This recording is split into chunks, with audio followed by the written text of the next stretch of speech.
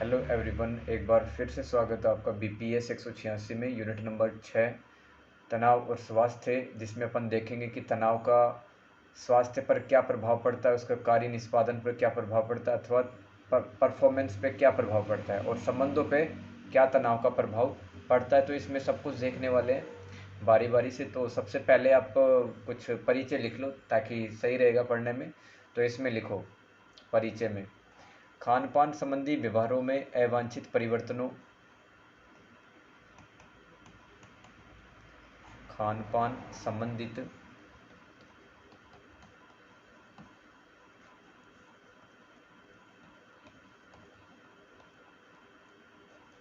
व्यवहारों में अवांछित परिवर्तनों,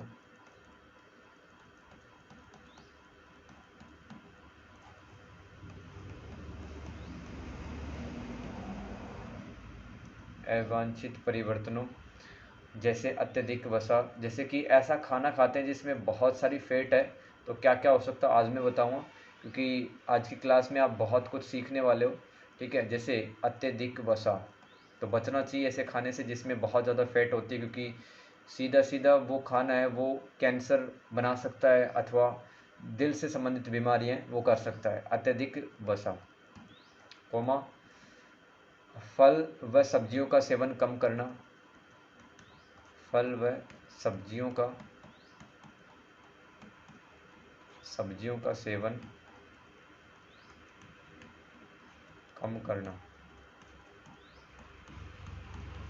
कम करना आदि के कारण शारीरिक गतिविधियां प्रभावित होती हैं।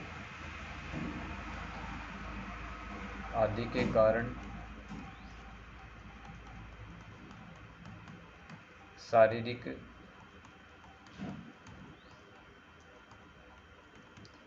गतिविधियां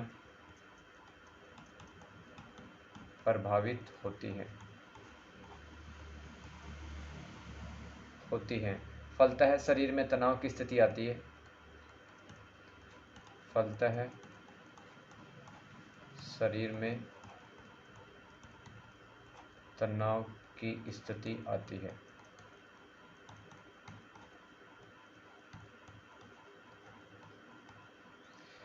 तो बेकार खाना खाने से, जिसमें बहुत ज़्यादा फैट होता है, जंक फूड जैसे कि जो भी स्ट्रीट फूड मिलता है वो जंक फूड की कैटेगरी के अंदर आ जाएगा। ठीक है, तो उससे क्या होगा, हमारे शरीर में जो मेटाबॉलिक एक्टिविटीज़ रहती है उनमें दिक्कत आएगी।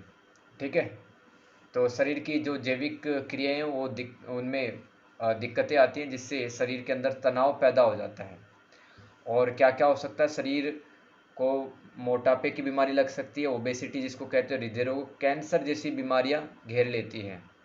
तो बचना चाहिए ऐसे खाने से। और कहते हैं जैसा अपन खाना खाते हैं वैसा ही अपने मन के विचार आते हैं। तो मेंटल हेल्थ के लिए भी बहुत ज़रूरी है, खाना बहुत ज़्यादा मायने रखता है। और खाने को किस हिसाब से खाना चाहिए, वैसा ही खाना खाना चाहिए जैसे फल, सब्जी, मोटे अनाज, ये सब। ठीक है, जिससे कि मेंटल और फिजिकल हेल्थ बनी रहे। एवं शरीर को मोटापा, एवं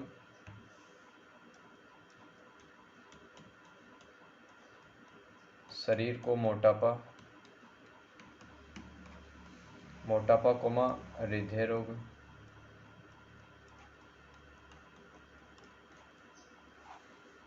कोमा कैंसर जैसी बीमारियां घेर लेती हैं।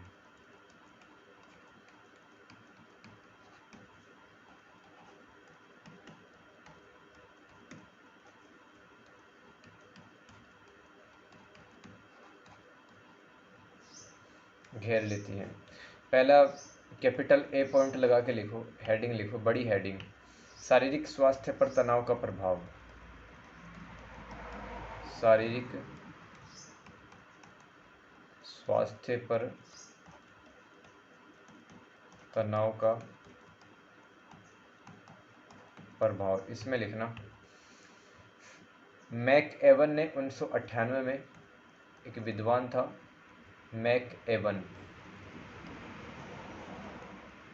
ने 1998 ईस्वी में एलोस्टैटिक लोड मॉडल दिया था।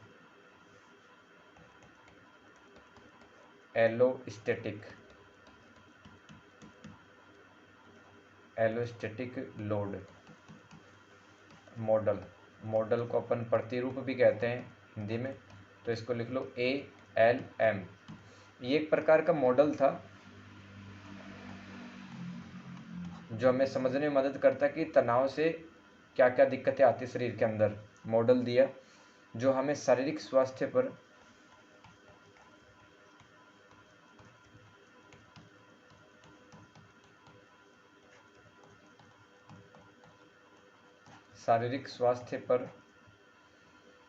तनाव के प्रभाव को समझने में मदद करता है।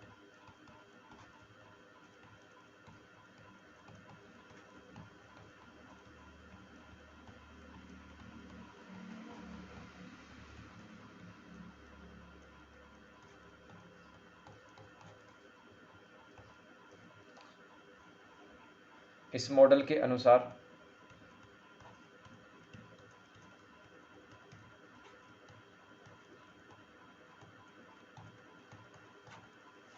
बार बार तनाव की स्थिति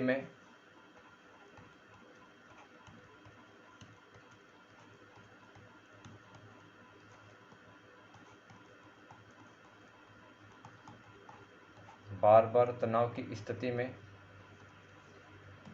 होता है।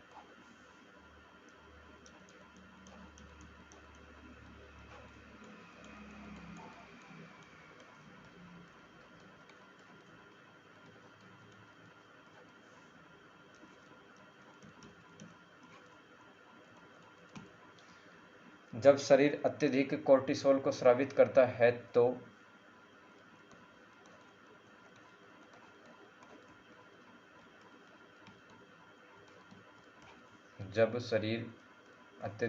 कोर्टिसोल एक प्रकार का हार्मोन है जो कि तनाव की स्थिति में पैदा होता है। कोर्टिसोल को स्रावित करता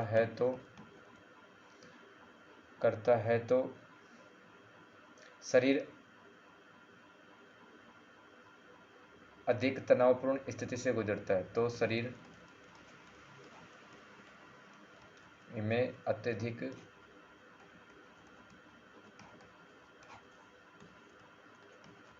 तनाव आ जाता है।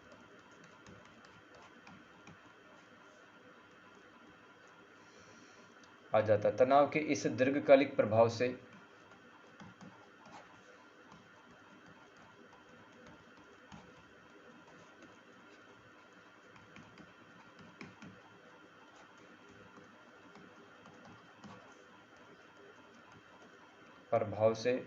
हृदय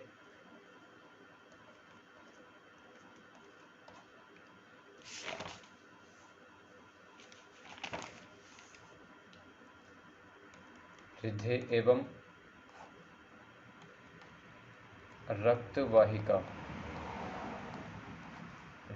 रक्तवाहिका जिसको इंग्लिश के अंदर लिख लो कार्डियोवस्कुलर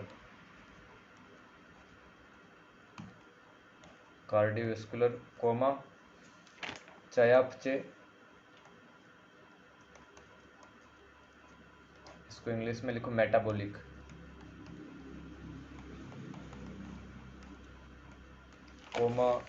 स्नायु तंत्रिका,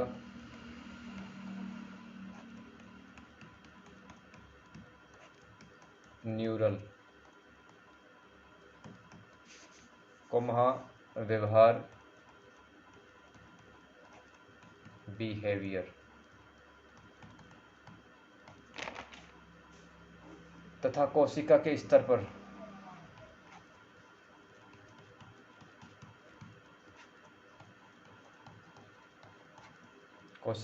लिख लो सेल्यूलर लेवल। कोशिका के स्तर पर परेशानियां होती हैं।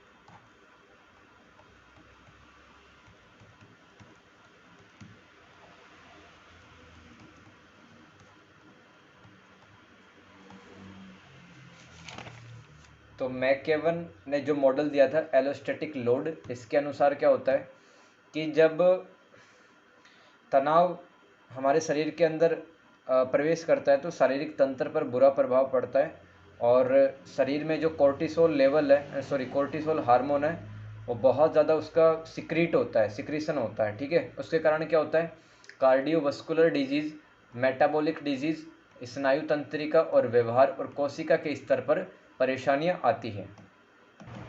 इससे शरीर में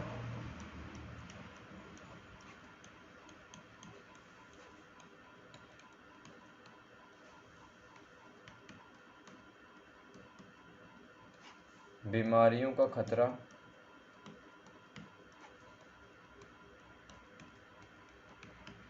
बढ़ जाता है तथा शरीर की जैविक प्रणाली प्रभावित होती है तथा शरीर की जैविक प्रणाली प्रभावित होती है।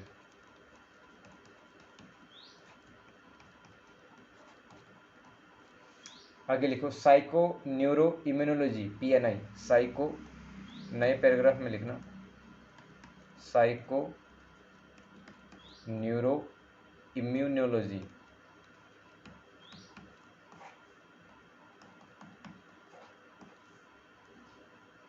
साइको न्यूरो इम्यूनोलॉजी ब्रैकेट के अंदर लिखो PNI के अध्ययन के अनुसार तनाव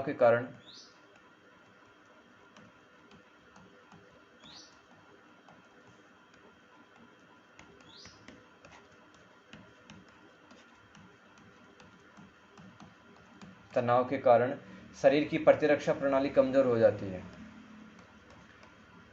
यानी कि जो डिफेंस मैकेनिज्म है वो कमजोर हो जाता है, बीमार पड़ने लगते हैं फिर।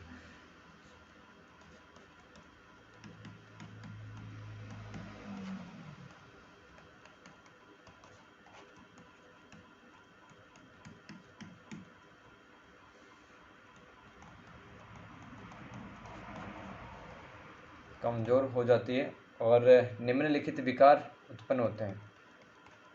और निम्नलिखित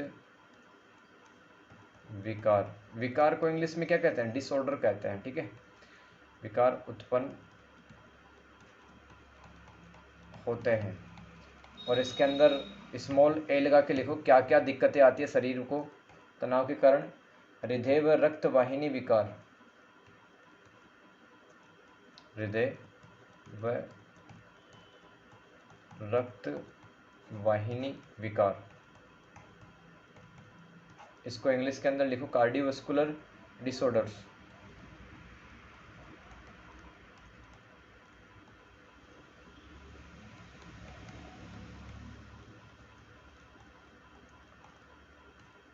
आज जो पढ़ा है इसका रिवीजन जरूर कर लेना याद से।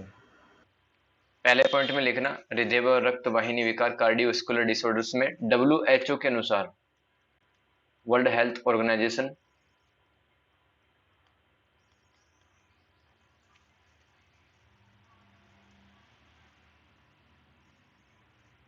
दुनिया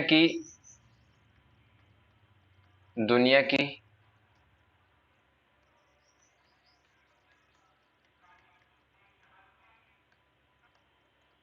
कुल मौतों का 16% मौतें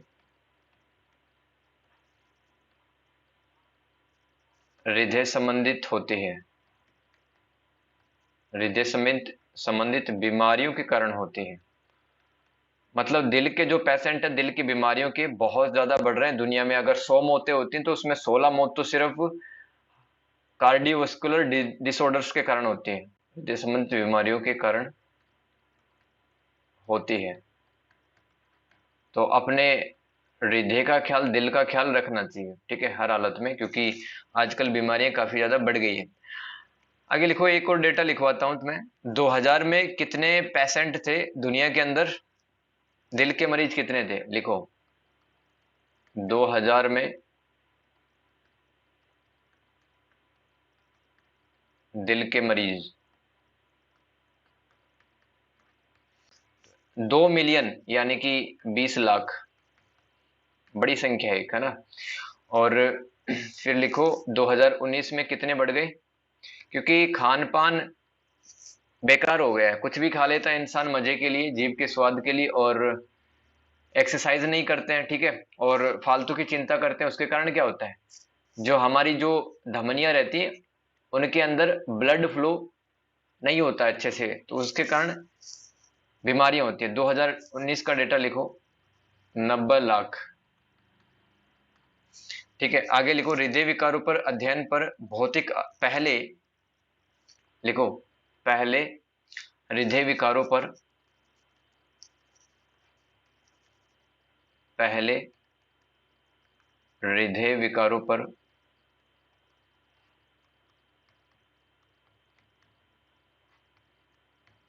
हृदय विकारों पर भौतिक आधार पर अध्ययन होता था।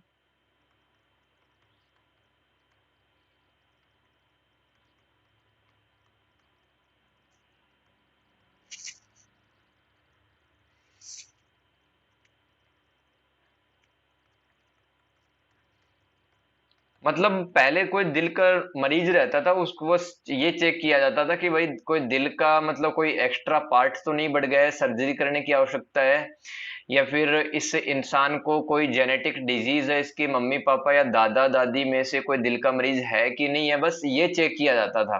लेकिन आज के टाइम पर ये भी चेक किया था इंसान क्या खाना खाता है, इंसान की सामाजिक आर्थिक परिस्थितियां कैसी हैं, क्या इंसान स्ट्रेस से तो नहीं गुजर रहा। दिल के जो मरीज होते हैं वो फिर इस तरह से स्टडी की जाती है उन पर। आगे लिखो, लेकिन वर्तमान में व्यक्ति का व्यक्तित्व है, लेकिन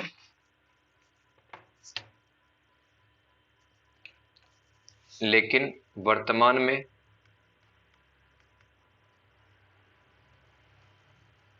वर्तमान में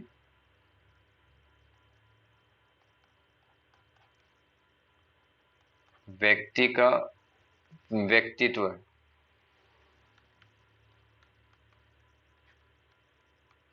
व्यक्तित्व कोमा स्वभाव कोमा पोषण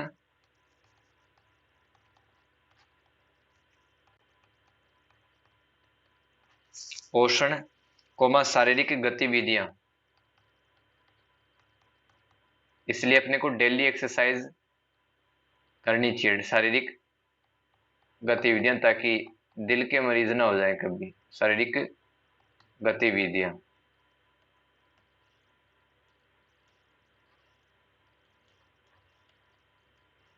कोमा नशीले पदार्थों का उपभोग, कोमा व्यवसाय की प्रकृति,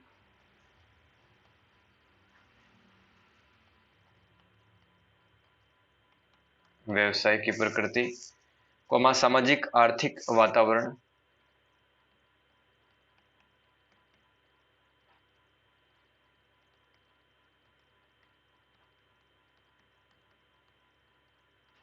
वातावरण एवं तनाव का अध्ययन किया जाता है।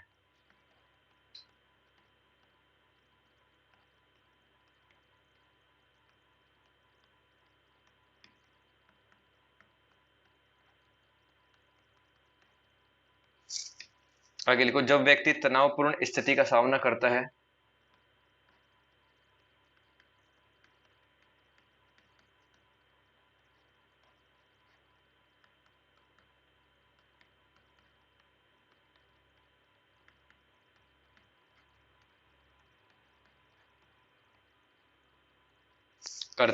तो उसके हृदय गति में वृद्धि,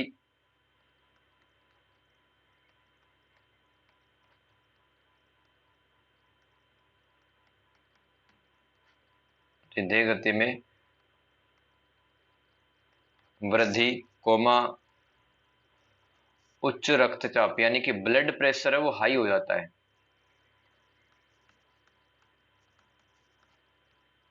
उच्च रक्तचाप होता है, हाई बीपी। आगे लिखो, बार बार तंत्रिकाओं में उत्तेजनाओं के कारण, देखो देखो पहली बात क्या है कि स्ट्रेस अगर किसी व्यक्ति को होता है बार बार, तो उसका जो मतलब हार्ट रेट है, उसका दिल तेजी से धड़कने लगता है, ठीक है। तो जिसका दिल तेजी से बार बार धड़कता है, उसको, इस इंसान को क्या बीमारी होती है, उसको बीपी की समस्या होती है, हाई बीपी होता है उसको।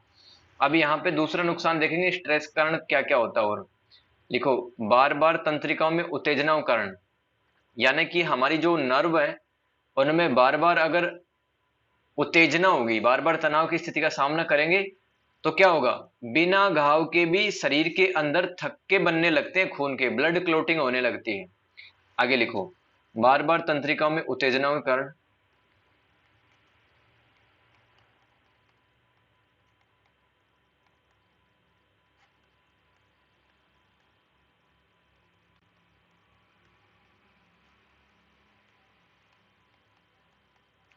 बिना घाव के भी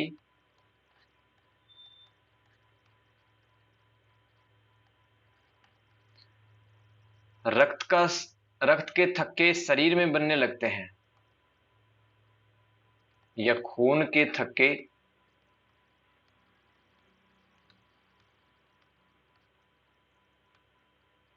ब्लड क्लोटिंग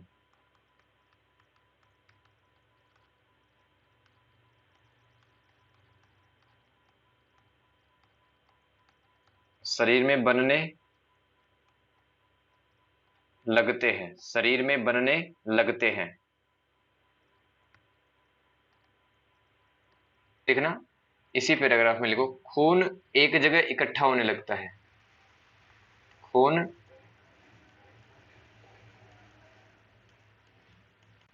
एक जगह इकट्ठा होने लगता है।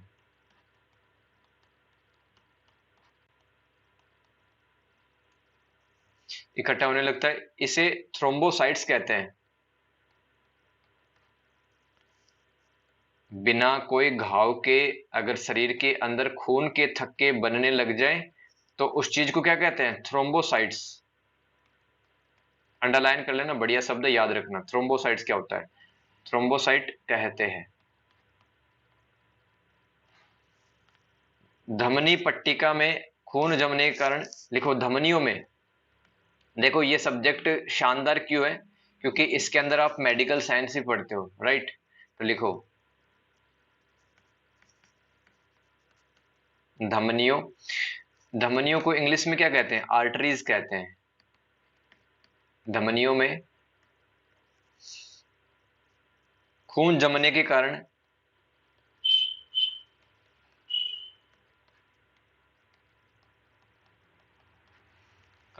खून का बहाव बनाए रखने हेतु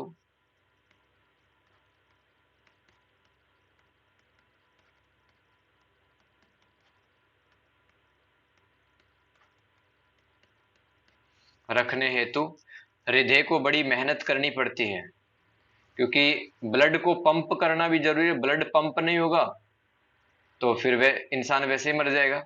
हेतु हृदय को बड़ी मेहनत करनी पड़ती है, क्योंकि धमनियों में खून जम चुका है, खून को आगे धक्का कर मारने के लिए, पुश करने के लिए दिल को मेहनत करनी पड़ती है।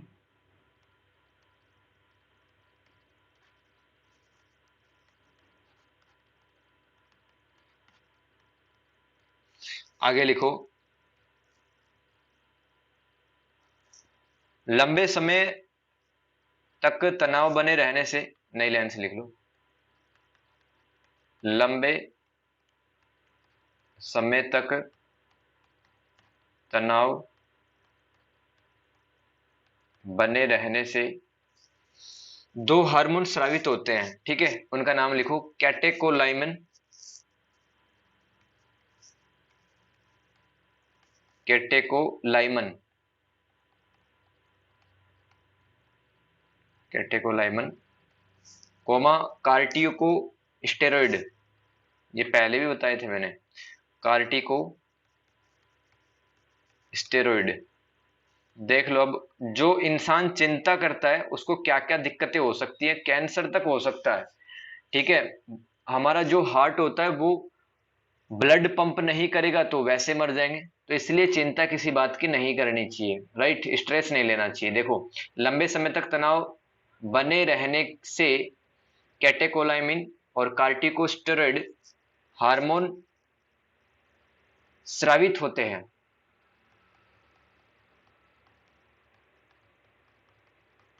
हार्मोन स्रावित होते हैं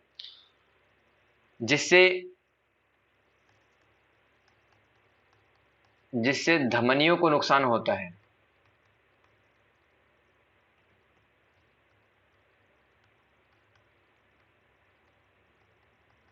धमनियों को नुकसान होता है। जब धमनियों को नुकसान होता है, हार्मोन स्रावित होते हैं, तो व्यक्ति को हाई बीपी की समस्या बनती है। तो जो कहते हैं कि भाई बीपी बनती है बार बार, वो इंसान कहीं ना कहीं तनाव से, स्ट्रेस से, डिप्रेशन से गुजर रहा है। आगे लिखो, लंबे समय तक धमनियों में अगर रक्त का प्रवाह सही नहीं बनता तो, लिखो ऐसे, लंबे समय तक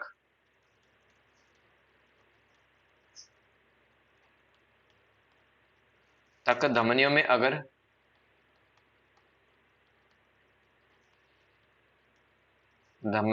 अगर रक्त का प्रवाह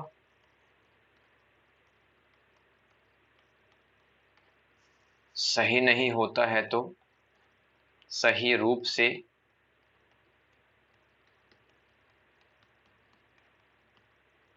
नहीं होता है तो विद्युत आवेग,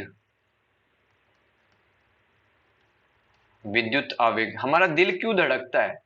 क्योंकि विद्युत आवेग है वो काम करते हैं, ठीक है। मतलब कुछ बहुत ही सूक्ष्म मात्रा में कुछ विद्युत तरंगे होती है, वो दिल को धड़काने का काम करते हैं, विद्युत आवेग।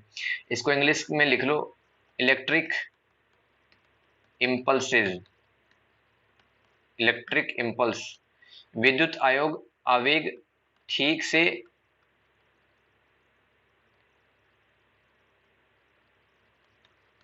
काम नहीं करेंगे और हृदय आघात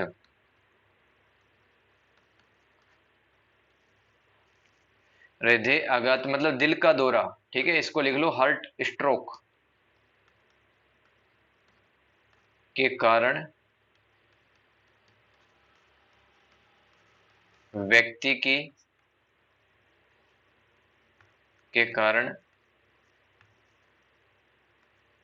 की अचानक मृत्यु हो सकती है।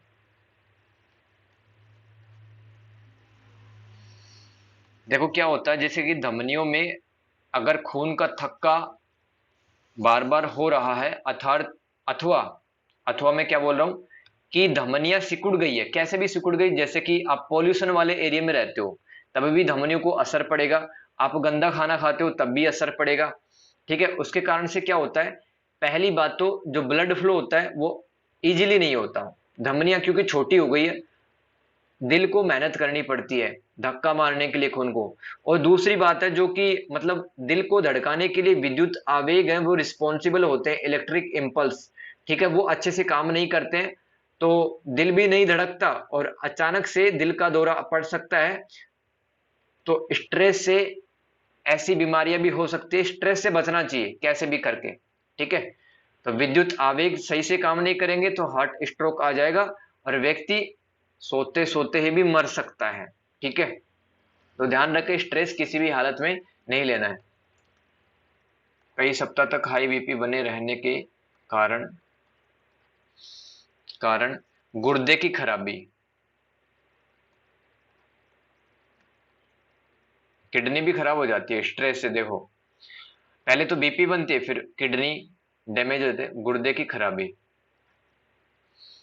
कोमा, हृदय रोग, कोमा, असमय मौत हो जाती है।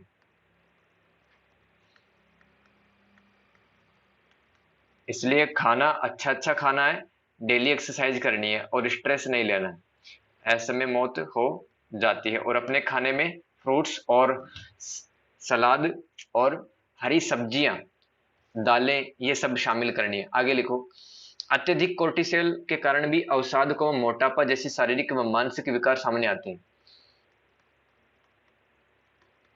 अत्यधिक कोर्टिसोल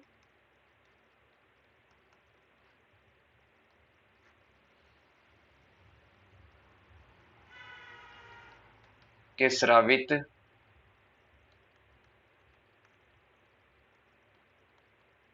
होने के कारण अवसाद। अवसाद क्या होता है? अवसाद में उदासी और चिंता दोनों शामिल होते हैं, कोमा मोटापा जैसे शारीरिक, जैसे मानसिक, ऐसे लिखो, जैसे मानसिक व शारीरिक विकार सामने आते हैं। विकार सामने आते हैं। ये आपका, चलो एक डेटा लिख लो कि भारत के अंदर कितने दिल के मरीज हैं, वो भी लिख लो। भारत में हृदय रोगी 2000 ईस्वी में 2000 ईस्वी में मतलब भारत के अंदर कितने दिल के पेशेंट थे?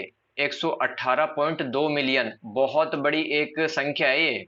इसका मतलब क्या हो गया? 11 करोड़ 82 लाख लोगों को दिल की बीमारियां थी, ठीक है। और जो मैंने पहले लिखवाया था आपको 2000 ईस्वी में दिल की बीमारियों से होने वाली मौतें थी, वो दुनिया भर में 20 लाख मौतें होती है। मतलब 2000 ईस्वी में 20 लाख मौतें हुई थी, और 2019 तक आते आते एक साल के अंदर 90 लाख लोग मरने लग गए, ठीक है। वो तो मौतें थी, लेकिन यहां पर सिर्फ पेशेंट देख रहे हैं, कितने पेशेंट है भारत के अंदर। 2000 ईस्वी में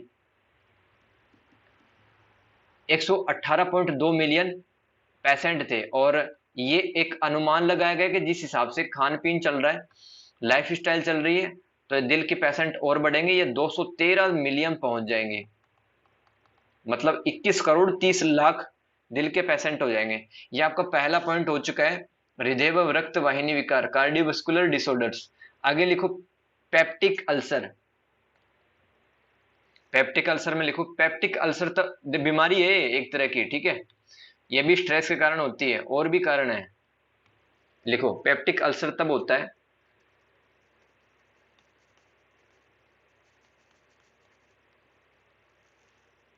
जब भोजन को पचाने हेतु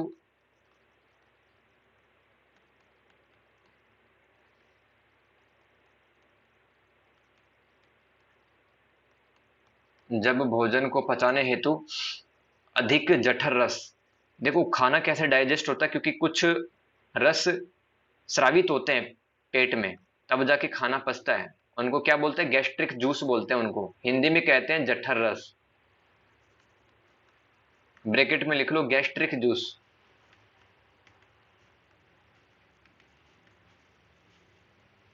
स्रावित कर दिया जाता है।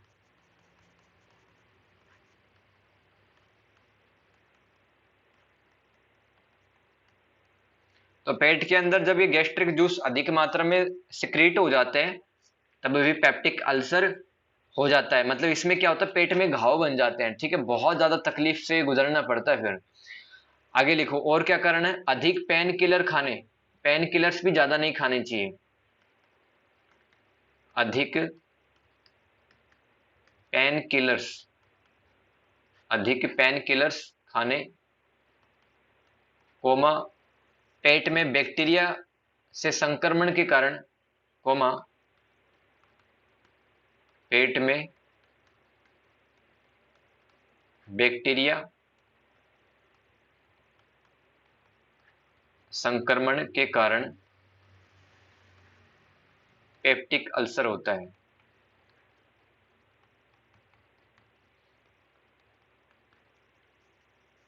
अगर लिखो तनाव के कारण भी पेप्सिन एंजाइम। देखो अब तनाव, तनाव के कारण कैसे होता है? तनाव के कारण, तनाव के कारण पेप्सिन एंजाइम। अगर किसी ने 10वीं क्लास है ईमानदारी से पढ़ी है तो उसने जरूर सुना होगा पेप्सिन एंजाइम। क्या होता है ये? एक तरह का एंजाइम होता है, पेप्सिन एंजाइम। क्या करता है? शरीर में अपन जो भी कुछ खाते हैं उस खाने से प्रोटीन को निकाल लेता है, ठीक है। पेप्सिन एंजाइम प्रोटीन को निकालने का काम करता है। तथा हाइड्रोक्लोरिक अम्ल, पेट के अंदर जो भी कुछ खाते हैं कैसे पच जाता है, मतलब बहुत ताज्जुब की बात है, कुछ भी खाते हैं वो पच कैसे जाता है? क्योंकि एक एसिड होता है, खतरनाक एसिड, अगर हाथों पे रखेंगे ना उस एसिड को तो हाथ जल जाएंगे, लेकिन पेट के अंदर कुछ ऐसी संरचनाएं हैं कि वो हाइड्रोक्लोरिक अम्ल वहां पे उपस्थित रहता है और खाने को पचा देता है, कैसे भी खाना खा लो। तथा हाइड्रोक्लोरिक अम्ल, तनाव के कारण पेप्सिन एंजाइम कोमा हाइड्रोक्लोरिक अम्ल अधिक मात्रा में स्रावित होते हैं,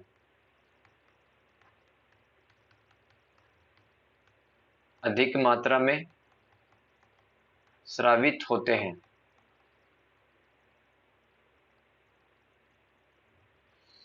अब हड्डियां जब पचा लेता है इंसान, क्यों ऐसा क्यों होता है? क्योंकि शरीर के अंदर HCl है, हाइड्रोक्लोरिक एसिड, और एसिड में जो भी कुछ जाएगा वो फिर पाउडर फॉर्म में हो जाता है, पूरा पच जाता है वो। बी पॉइंट में हमने क्या देखा अभी? अगर तनाव होता है तो पेप्सिन हार्मोन और हाइड्रोक्लोरिक अम्ल है वो बनते हैं, जिससे व्यक्ति पेप्टिक अल्सर की समस्या का सामना करना पड़ता है। आगे पॉइंट लिखो, C point small C, allergy. इसमें लिखना विद्यालय कोमा घर कोमा कार्यस्थल, विद्यालय कोमा घर कोमा कार्यस्थल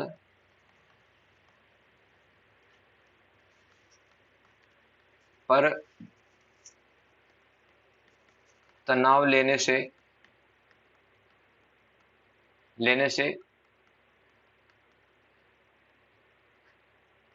एलर्जी हो जाती है। अब एलर्जी है खांसी जुकाम जैसा भी हो सकता है कुछ, ठीक है। आगे लिखो, स्मॉल डी, दमा। दमा को क्या कहते हैं इंग्लिश के अंदर? एस्थमा। इसमें क्या होता है? श्वास नली में सूजन आ जाती है, अपनी जो ब्रोंकाई रहती है उसमें दिक्कत आ जाती है, सूज जाती है, वो स्वेलिंग आ जाती है, उससे दमा हो जाता है। या फेफड़ों में सूजन आ जाती है, देखो इसमें संक्रामक जुकाम कोमा फेफड़ों की सूजन से दमा होता है, ऐसे लिखो, संक्रामक जुकाम व फेफड़ों में इन्फेक्शन से दमा होता है। अब मैं आपको एक बात ये भी बता दूं, जिस घर के अंदर कलेश बना रहता है, लड़ाई झगड़ा चलता रहता है, वहां के कुछ लोग वो दमे की शिकायत से परेशान हो सकते हैं, क्योंकि उनको स्ट्रेस होगा, उसके बाद में उनको दमा होगा। आगे लिखो, गंभीर पारिवारिक संघर्ष,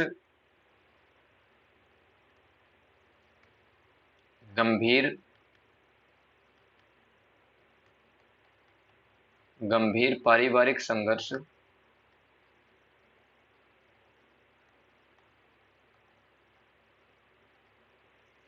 कोमा खराब प्रदर्शन,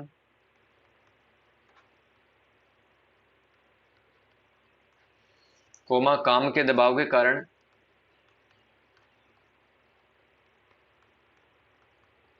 काम के दबाव के कारण शारीरिक व मानसिक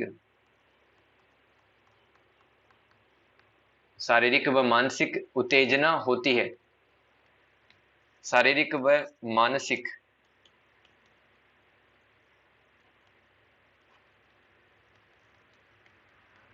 उत्तेजना उत्पन्न होती है,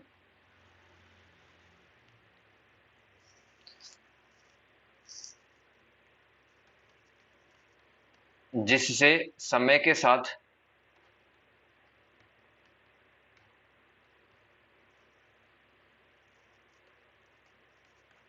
दमा हो सकता है। दमा का कोई भी परमानेंट इलाज नहीं है, ऐसी लाइलाज बीमारियों से बचना चाहिए, ठीक है।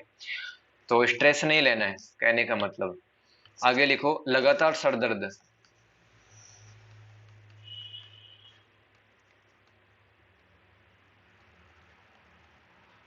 इसमें लिखना इसको क्या कहते हैं इंग्लिश के अंदर, वो लिखो परसिस्टेंट हेडेक,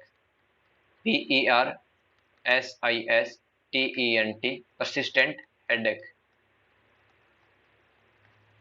ठीक, इसके अंदर लिखना तनाव के कारण सरदर्द होता है, तनाव के कारण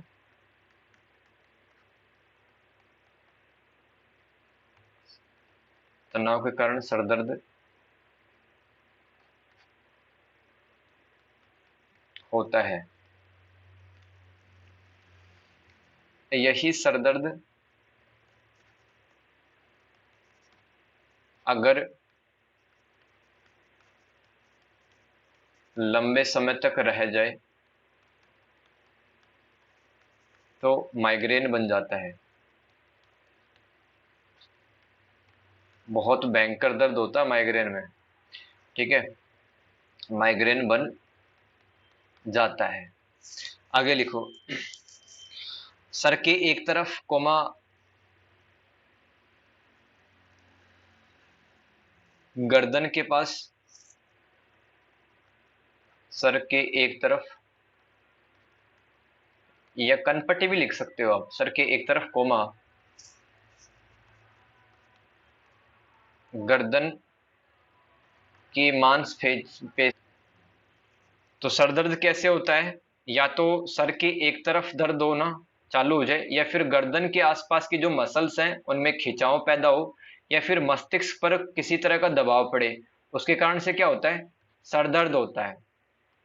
रहते हैं उनसे आप लड़ाई झगड़ा करते हो, क्यों होता है सर दर्द, सहकर्मी से संघर्ष, जो आपके साथ में काम करते हैं ऑफिस में उन्हीं से लड़ाई झगड़ा करते हैं तो तनाव होता है और दर्द होता है फिर सर में। कोमा कार्यों को पूरा करने का दबाव, कोमा कार्यों को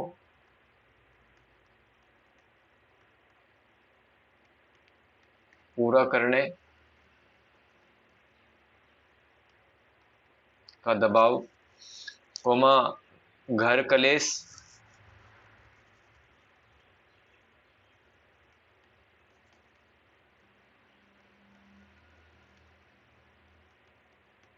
माइग्रेन की समस्या बन सकती है।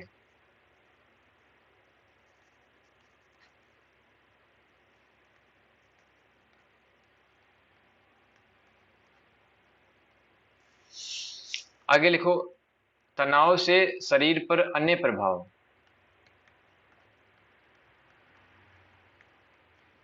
इसी में हेडिंग है, छोटी हेडिंग है ना, 5 पॉइंट तो अपन ने कंप्लीट कर लिए। फिर लिखो तनाव से शरीर पर अन्य प्रभाव, ये 6वें नंबर पे लगा देना आप, 6वें नंबर की हेडिंग है, ठीक है, तनाव पर शरीर पर अन्य प्रभाव। इसके अंदर लिखना क्या क्या हो सकता है तनाव के कारण, कैंसर, मतलब मेडिकल साइंस में जो रिसर्च करते हैं वो गेस कर रहे हैं, अटकलें लगा रहे हैं कि भाई जो कैंसर बनता है उसके पीछे कहीं ना कहीं तनाव हो सकता है, ठीक है, कैंसर का मतलब है मौत, सीधी मौत, ठीक है। तो देख लो, अब स्ट्रेस नहीं लेना है किसी भी टाइप से, उस किसी भी रूप में, ठीक है, उस परिस्थिति से पीछे हट जाना है, अपने मन को खुश रखना है, किसी भी हालत में घर के अंदर कलेश चलता है तो वहां से भी हट जाना है। आगे लिखो, कैंसर, कोमा खांसी जुकाम, खांसी जुकाम, कोना कोमा अशांत मन स्थिति,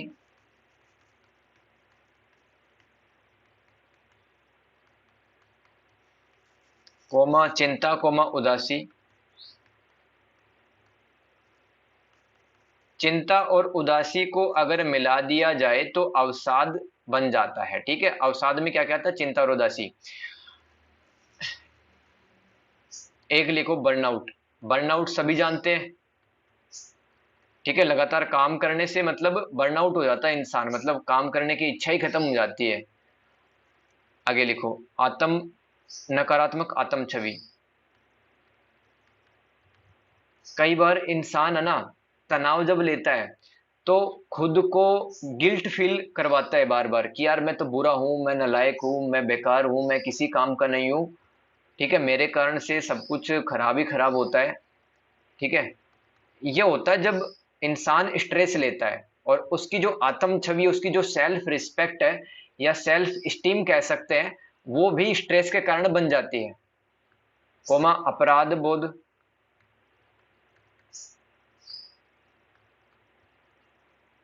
अपराध बोध क्या होता है?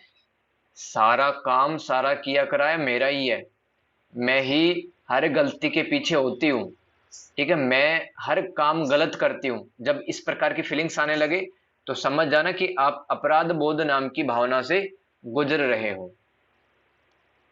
लगातार स्ट्रेस लेने की वजह से दुनिया के जो 52% जो आदमी है, जो पुरुष है, वो इरेक्टाइल डिसफंक्शन के शिकार हो गए हैं, नपुंसकता के शिकार हो गए हैं। ठीक है, लिखो इरेक्टाइल डिसफंक्शन।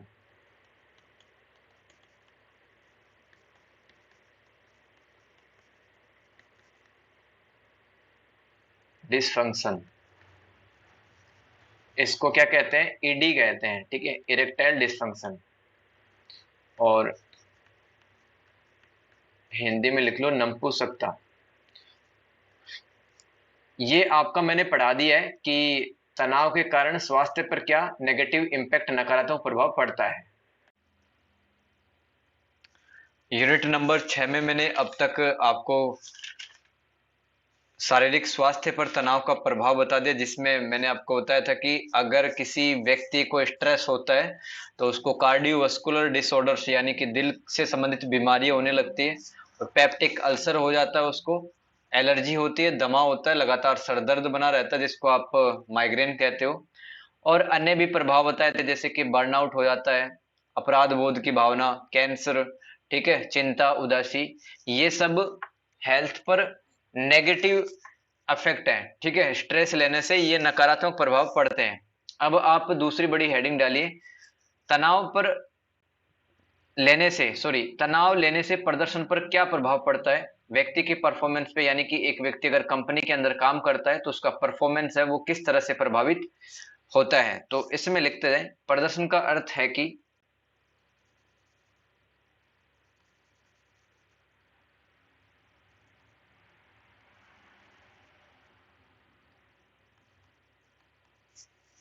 नौकरी के दौरान एक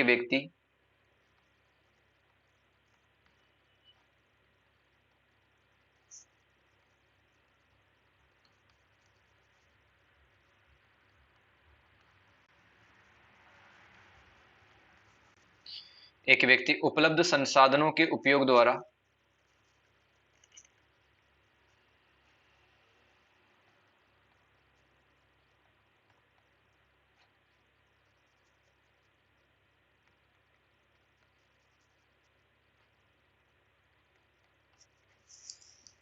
सौंपे गए लक्ष्य अथवा कार्य को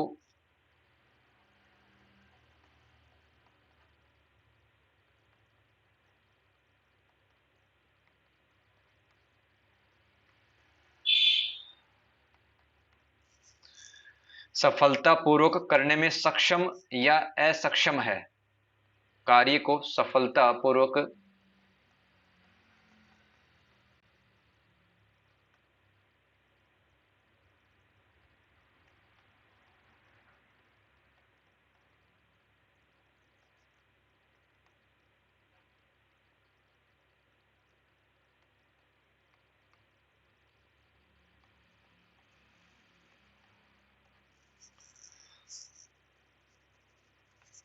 यह उसका प्रदर्शन कहलाता है।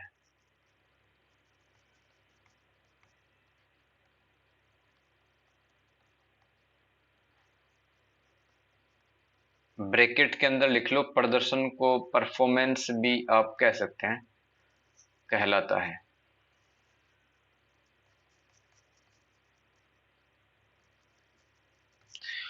तो प्रदर्शन या फिर परफॉर्मेंस का क्या मतलब है कि एक व्यक्ति के पास में उपलब्ध जितने भी संसाधन है, ठीक है, उनका यूज करके अगर किसी व्यक्ति को कोई काम काम सौंपा गया है कंपनी के अंदर, क्या वो कर पाता है या नहीं कर पाता है।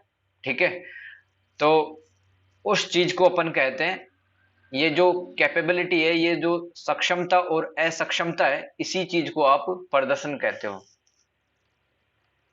तनाव से एक संगठन में, तनाव से एक संगठन के कर्मचारी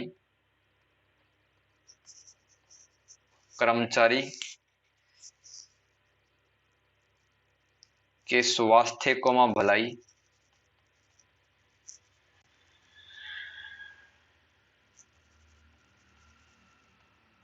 भलाई प्रदर्शन पर प्रभाव पड़ता है।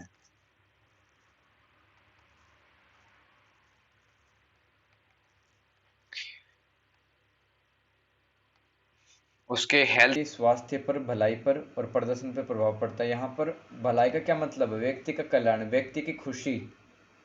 ठीक है, तो इसमें जो दूसरी बड़ी हेडिंग है कैपिटल बी वाली, उसमें पहली छोटी हेडिंग लगाओ, नौकरी के प्रदर्शन तथा तनाव के बीच 4 प्रकार के संबंध बताए गए हैं। स्मॉल ए से हेडिंग लगाना, नौकरी के प्रदर्शन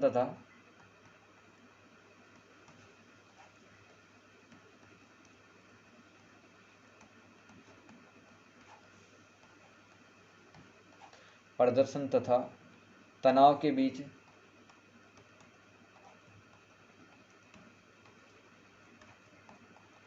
4 प्रकार के संबंध, 4 प्रकार के संबंध होते हैं। इसके अंदर पहला लिखो, नौकरी का प्रदर्शन जो होता है और तनाव, प्रदर्शन तथा तनाव के बीच में 4 प्रकार के रिलेशन है। पहला लिखो, एक नकारात्मक रैखिक संबंध।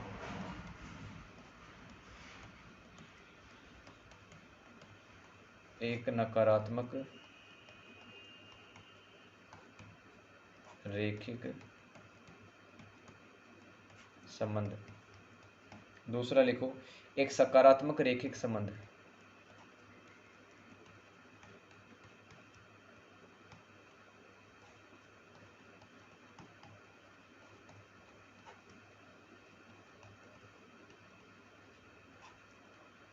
तीसरा लिखो, यू आकार का संबंध।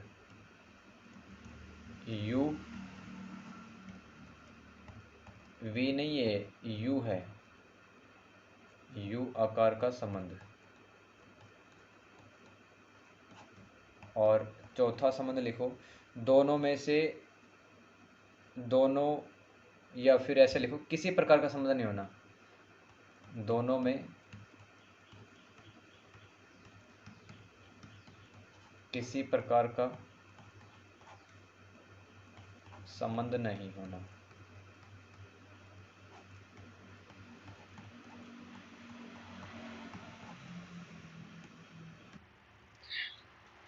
ये जो पहला पॉइंट लिखा है आपने, एक नकारात्मक रैखिक संबंध, इसके अंदर लिखना अब। ठीक है, लिखो, नौकरी का स्थायी तनाव, नौकरी का स्थायी तनाव, स्थायी तनाव कर्मचारी हेतु अप्रिय अनुभव लाता है। यह कर्मचारियों के लिए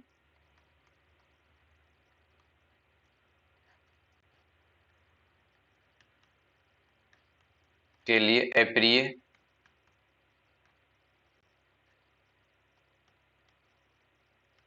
अनुभव होता है।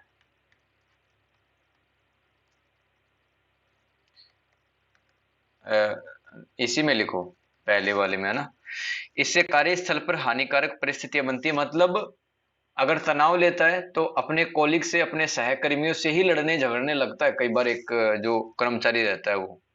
इससे कार्यस्थल पर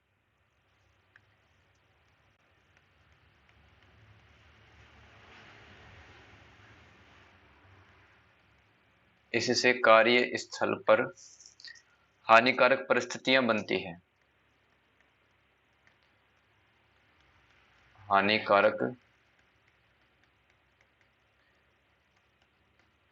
परिस्थितियां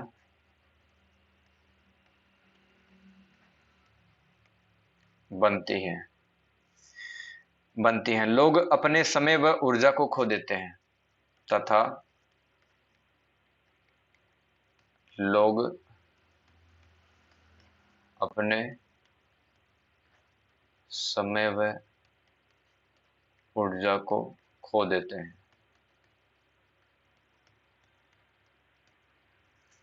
हैं। इससे उनके प्रदर्शन पर प्रतिकूल प्रभाव पड़ता है। इससे उनके प्रदर्शन पर प्रतिकूल प्रभाव पड़ता है। ये हो गया एक नकारात्मक रैखिक संबंध में, ठीक है। मतलब कि सब कुछ ही नेगेटिव होता है कर्मचारियों के साथ में। जैसे कि वो तनाव लिया उन्होंने, तो एक तो मतलब बुरा लगेगा उनको, बुरा फील होगा, बुरा एक्सपीरियंस होगा कंपनी में, और हानिकारक परिस्थितियां बनेंगी जिससे कि उनका टाइम भी चला जाएगा, एनर्जी भी चली जाएंगी अगर वो कॉलीग्स के साथ में लड़ेंगे तो। और उनका जो परफॉर्मेंस है वो भी कंपनी के अंदर अच्छा नहीं आएगा। कोई भी काम सौंपेगा बॉस तो उनको अच्छे से नहीं करेंगे वो। अब लिखो एक सकारात्मक रैखिक संबंध।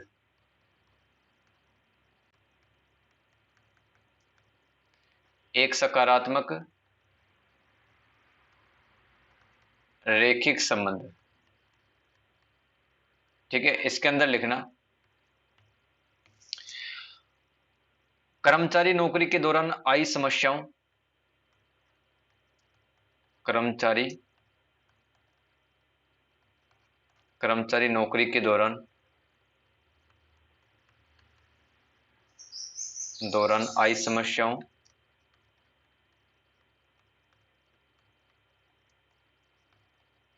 आई समस्याओं कोमा कठिनाइयों कोमा चुनौतियों को कोमा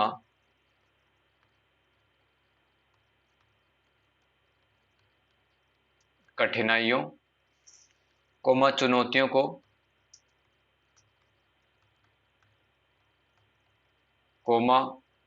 चुनौतियों को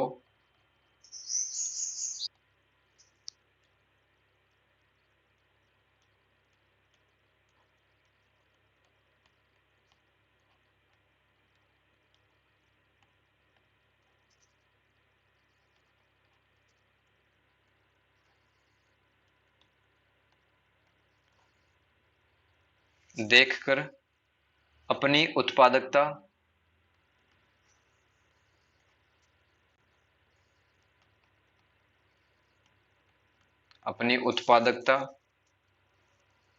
बढ़ाता है।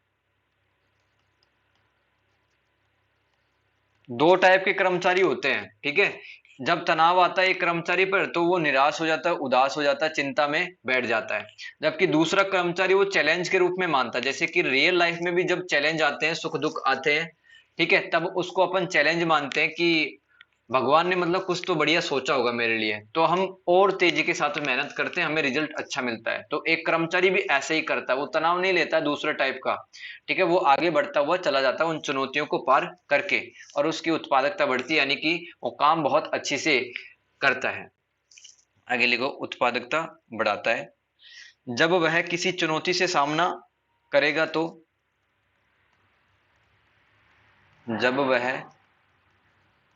किसी चुनौती से सामना करेगा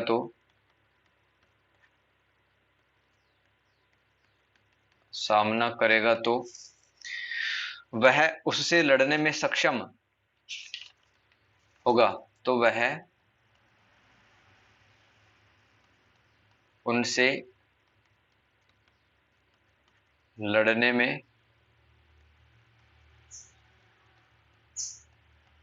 सक्षम होगा। तो देखो जब तक चुनौतियां नहीं आएंगी जीवन के अंदर दुख नहीं आएंगे, ठीक है। तो कैसे पता चलेगा, ठीक है, कैसे अपन मतलब और अच्छे हो पाएंगे। जैसे कि आप क्रिकेट मानो आप, ठीक है, अगर आपको कोई बैट पे बॉल दे रहा है तो आप मार देते हो, राइट। लेकिन बॉल जब तेजी के साथ में आती है, मुंह पे आती है, ठीक है, तब आपकी अगर प्रैक्टिस होगी तो आप उन बॉलों को भी अच्छे से मार पाएंगे। वैसे ही आप रियल लाइफ में और ऑफिस में ऐसा ही होता है कर्मचारी के साथ में, जब तक कि उसके सामने चैलेंज नहीं आते वो कुशल व्यक्ति नहीं बन पाता। आगे लिखो, होगा तथा प्रदर्शन सकारात्मक होगा, तथा उसका प्रदर्शन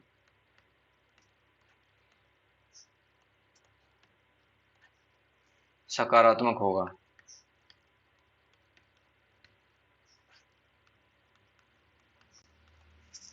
कई बार अत्यधिक तनाव की स्थिति में ही व्यक्ति, आगे लिखो नई लाइन से, कई बार अत्यधिक तनाव की स्थिति में ही, अत्यधिक तनाव की स्थिति में ही व्यक्ति अच्छा प्रदर्शन कर पाता है।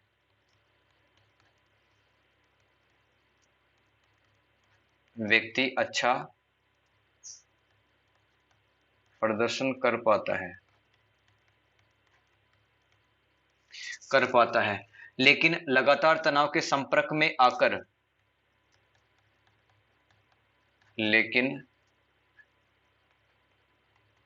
तनाव के लगातार संपर्क में रहने से, संपर्क में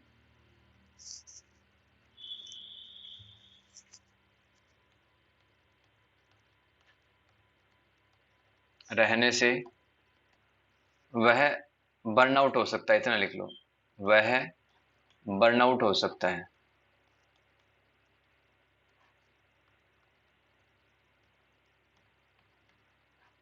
तो मैं आपको पढ़ा रहा हूं कि जो प्रदर्शन होता है, परफॉर्मेंस और स्ट्रेस दोनों के बीच में क्या संबंध है।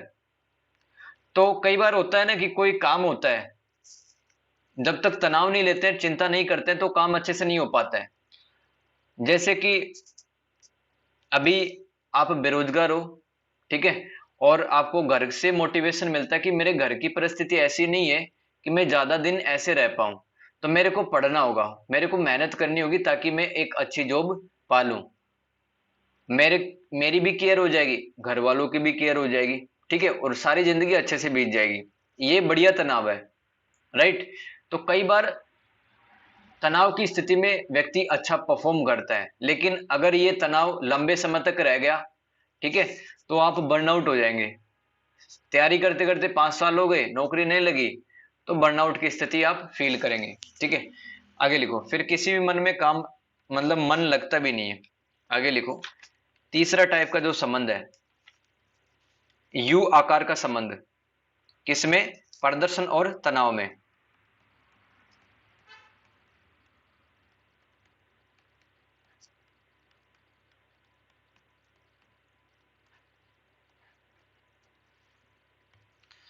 आप ये समझो जैसे कि प्रदर्शन और तनाव, जैसे कि मैंने एक साइड लिख दिया तनाव और एक तरफ लिख दिया है मैंने प्रदर्शन,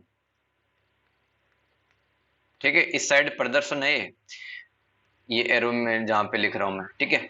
तो देखो, किसी काम को करने के लिए नॉर्मल तनाव चाहिए, जैसे कि इतना तनाव हो गया, राइट, तो इतना अपने को परफॉर्मेंस मिल रही है, ठीक है। जैसे कि आप ये समझो कि तनाव इतना है, तो परफॉर्मेंस कितनी है, इतनी है। तनाव अगर इतना है तो परफॉर्मेंस कितनी है, इतनी है, राइट। तो कई बार होता क्या है कि कोई भी काम करते हैं तो थोड़ा बहुत तो तनाव होना ही चाहिए ना। जैसे कि खाना बनाते हैं घर का, तो तनाव तो रहता है कि यार मैं भूखा रह जाऊंगा, मेरे घर वाले भूखे रह जाएंगे, खाना बना ही लेते हो, ठीक है। तो ये नॉर्मल तनाव है, इतना तो होना चाहिए। तनाव भी नहीं होगा तो आदमी मस्त पड़ा रहेगा, ठीक है, कुछ नहीं करेगा और उसको मोटिवेशन भी नहीं मिलेगा, राइट। तो इसमें यही लिखो, व्यक्ति को इतना औसतन तनाव तो चाहिए कि वह, व्यक्ति को व्यक्ति को इतना औसतन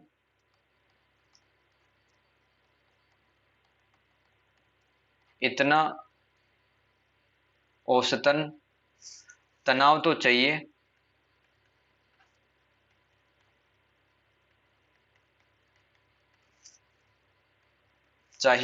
कि वह किसी कार्य को,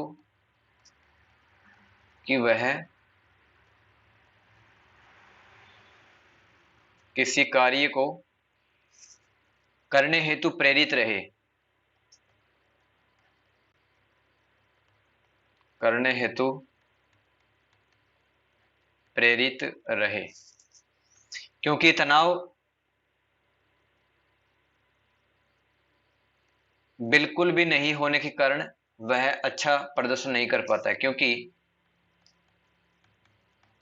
बिल्कुल भी तनाव नहीं होने के कारण,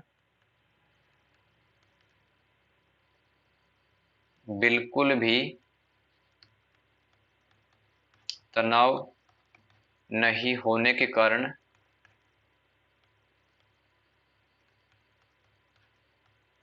वह अच्छा प्रदर्शन,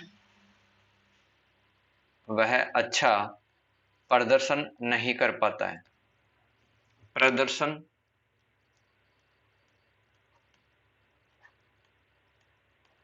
नहीं कर पाता है। इसलिए नॉर्मल तनाव तो होना ही चाहिए। आपके पास में नॉर्मल तनाव नहीं रहेगा पढ़ने का तो क्यों क्लास में आओगे, फिर आप क्यों कॉलेज के एग्जाम दोगे, ठीक है। तो थोड़ा बहुत तो तनाव होना ही चाहिए। चौथा लिखो, चौथा प्रकार का संबंध, प्रदर्शन और तनाव में किसी प्रकार का संबंध नहीं, दोनों में किसी प्रकार का संबंध नहीं, दोनों में किसी प्रकार का संबंध नहीं, ठीक है। तो इसके अंदर लिखो, मतलब इसको समर्थन करने वाले लोग कहते हैं, इस सिद्धांत को समर्थन करने वाले, कि दोनों के बीच में कोई रिलेशन नहीं होता, आपकी परफॉर्मेंस और आपके तनाव के बीच में कोई संबंध नहीं है। आपको काम करना तो करना है, उसमें क्या तनाव क्या प्रदर्शन है, ठीक है, कोई संबंध नहीं। इसके अंदर लिखो, इस संबंध को समर्थन करने वाले विद्वान मानते हैं कि इस संबंध को समर्थन करने वाले विद्वान मानते हैं कि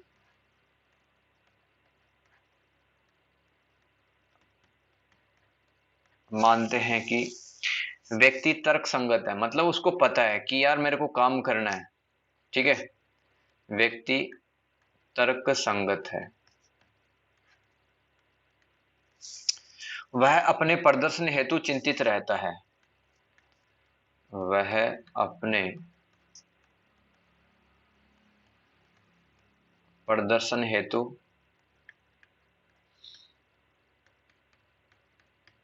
चिंतित रहता है, तनख्वाह तथा आगे बढ़ने की प्रेरणा से ही वह तनख्वाह मिलने, मतलब उसको लगा रहता है कि यार सैलरी मिलेगी, है ना, तनख्वाह मिलने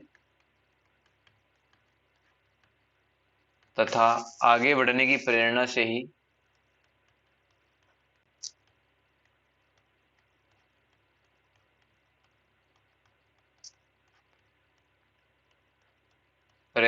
ही वह प्रदर्शन करता है, वह प्रदर्शन करता है। इसके लिए उसको तनाव लेने की जरूरत नहीं होती, इसके लिए उसको तनाव लेने की जरूरत नहीं होती।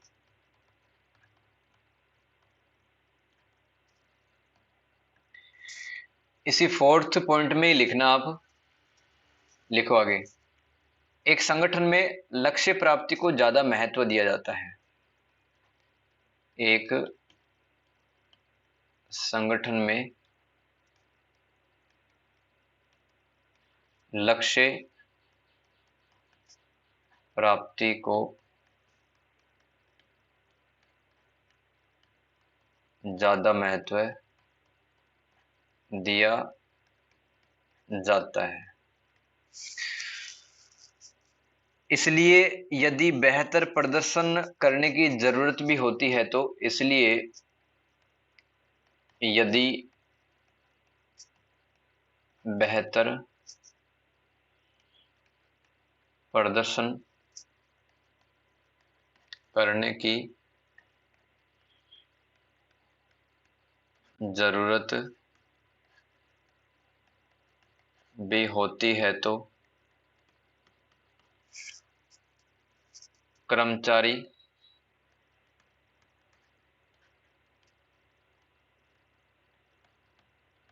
अपने तनाव को अलग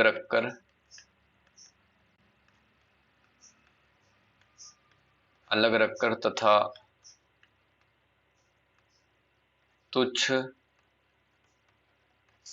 कार्यों की अनदेखी करके, तुच्छ कार्य मतलब ऐसे काम जो कि कम महत्वपूर्ण होते हैं, कि अनदेखी कर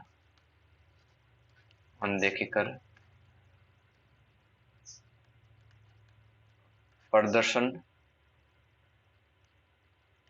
करता है। तो विद्वान मानते हैं कि प्रदर्शन और तनाव में कोई संबंध नहीं होता, क्योंकि वो जो संगठन है उसके अंदर लक्ष्य प्राप्ति को ज्यादा महत्व दिया जाता है, इसलिए कर्मचारी अपने तनाव को अलग रख देता है। उसकी जिंदगी के अंदर क्या चल रहा है उसको साइड में, क्योंकि अगर वो जिंदगी के अंदर क्या चल रहा है उसको अगर ऑफिस के अंदर दिखाएगा, सबको तनाव लेगा फालतू का, तो फिर उत्पादकता भी कम होगी। तो वो अपने तनाव को अलग रखता है और तुच्छ कार्यों की अनदेखी कर देता है, तो प्रदर्शन करता हो। इसलिए तनाव और प्रदर्शन में कोई संबंध नहीं होता है, फोर्थ टाइप के अनुसार। ठीक है, अब स्मॉल बी लगा के आप एक पॉइंट लिखो।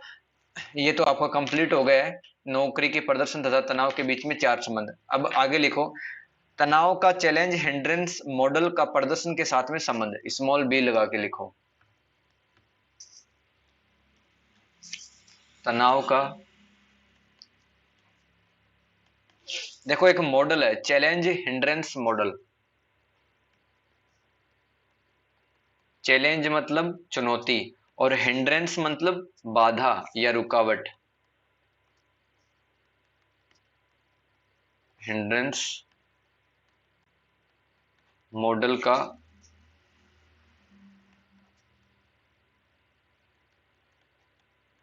प्रदर्शन के साथ संबंध। ठीक है, तो इसके अंदर लिखना, एक मॉडल है, ये मॉडल को प्रतिरूप भी कहते हैं आप, चैलेंज हिंड्रेंस मॉडल। उसमें क्या बताया गया है, परफॉर्मेंस और जो आपके रुकावटें होती हैं उनके साथ में क्या संबंध है। ठीक है, और तनाव किस प्रकार से व्यक्ति की, आगे लिखो। इस मॉडल के अनुसार कार्यस्थल का तनाव दो तरह का होता है। इस मॉडल के अनुसार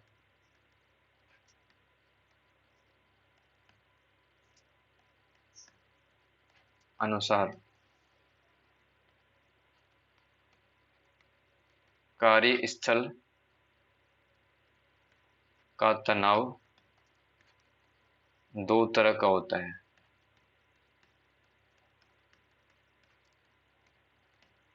ठीक है, तो इसमें पहले लिखो, मतलब जहां पर आदमी काम करता है वहां पर दो तरह के स्ट्रेस उसके सामने आते हैं। लिखो, ऐसे तनाव जो कि व्यक्ति के उन कार्यों के उन कारकों से उत्पन्न, हाँ ऐसे लिखो, ऐसे तनाव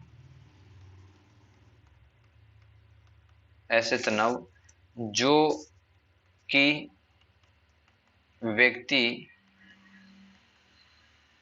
के उन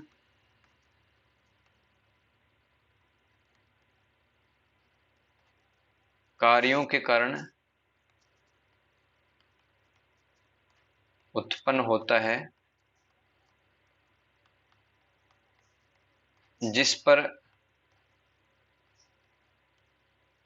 उसका नियंत्रण हो। जैसे किस पर नियंत्रण हो सकता है व्यक्ति का, जैसे समय और कार्यभार का दबाव, समय और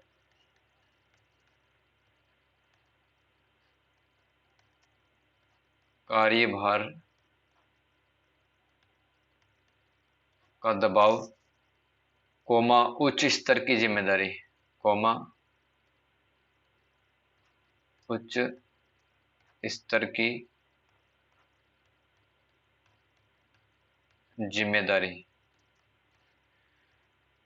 ठीक है, तो ये व्यक्ति के कंट्रोल में होता है। व्यक्ति कर्मचारी को अपना टाइम पता होता है, उसको क्या काम करना वो भी पता होता है, उसके कंट्रोल में है, और उसके ऊपर कैसी जिम्मेदारियां हैं, कैसे उसको निभाना है।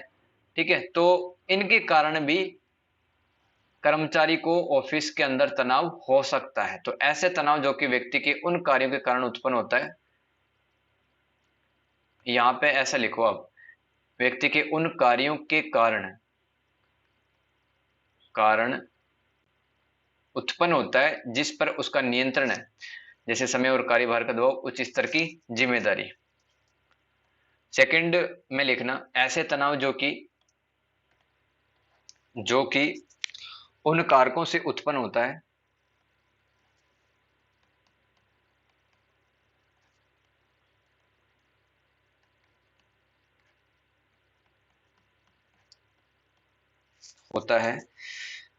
जिस पर व्यक्ति का नियंत्रण ना हो।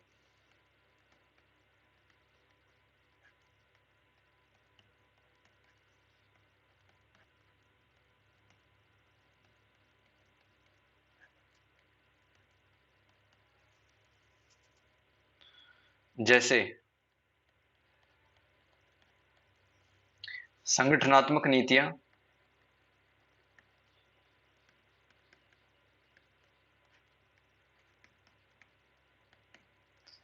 मतलब संगठन की जो नीतियां होती है अगर कठोर है तो उसको तनाव हो सकता है, लेकिन उसका कोई बस ही नहीं चलता है। कोमा लाल फीताशाही,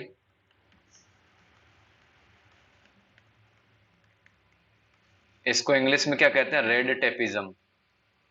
इसका मतलब मैंने एक दिन बताया था आप लोगों को, क्या होता है रेड टेपिज्म, कि कंपनी के अंदर या फिर किसी भी सरकारी डिपार्टमेंट में अगर अधिकारी कठोर नियम बनाते हैं अपने मन मर्जी के मुताबिक, ठीक है, अपने फायदों को देखकर, तो इस प्रकार की नीति क्या कहलाती है, लाल फीताशाही, रेड टैपिज्म।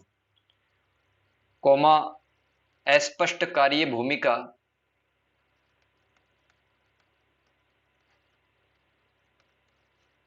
कार्य भूमिका, कोमा अपर्याप्तता। अपर्याप्तता का यहाँ पे मतलब है कि अगर इंसान को कोई ऑफिस मिल रहा है तो उसकी डेस्क, उसका प्रिंटर, उसका जो लैपटॉप है, ठीक है, एसी वगैरह जो है वो सही से नहीं काम करते हैं, तो उसका बस नहीं है कि वो सबको चेंज करा दे, क्योंकि वो तो अपना कमाने के लिए, अपना काम करने के लिए है, ये सब थोड़ी करवाने के लिए है। तो इसी चीज को अपन अपर्याप्तता कहते हैं। आगे लिखो, ये आपके 2 पॉइंट कंप्लीट हो गए, ठीक है। ये अलग से पॉइंट है मैं जो लिख रहा हूं अभी। ये दोनों ही कारक व्यक्ति के प्रदर्शन तथा उसके व्यक्तिगत विकास को प्रभावित करते हैं।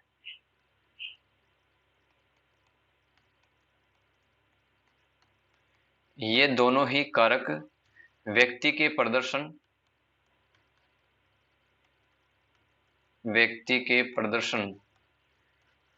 तथा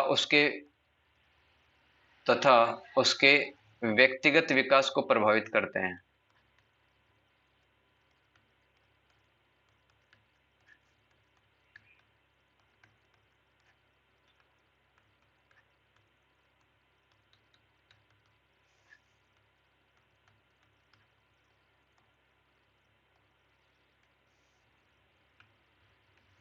अगर सामाजिक समर्थन मिले तो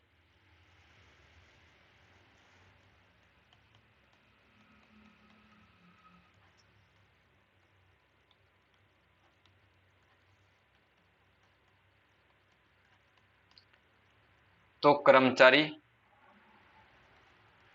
उच्च तनाव की स्थिति में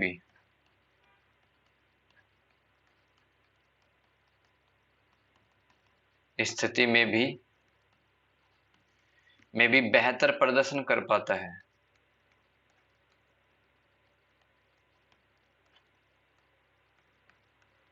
अगर उसके सहकर्मी उसको सपोर्ट करते हैं बात बात में, तो टेंशन कितने भी हो, उसको स्ट्रेस कितना भी हो, वह अच्छा परफॉर्म कर पाता है। आप, ये हेडिंग कंप्लीट हो गई अपनी स्मॉल बी वाली। अब आगे लिखो, कार्यस्थल पर यौन उत्पीड़न और तनाव से इसका संबंध। मतलब सेक्सुअल हरासमेंट जो होता है वर्क प्लेस पे, ठीक है, तो उसका क्या संबंध होता है स्ट्रेस से। जहां पर भी आप काम करते हैं, सपोज करो वहां पे सेक्सुअल हरासमेंट होता है, ठीक है, यौन उत्पीड़न होता है, तो ऑब्वियस सी बात है कि स्ट्रेस में आ जाएंगे, फिर हमारी जो प्रदर्शन है वो भी प्रभावित होगी। तो लिखो, कार्यस्थल पर यौन उत्पीड़न, sexual harassment at work place.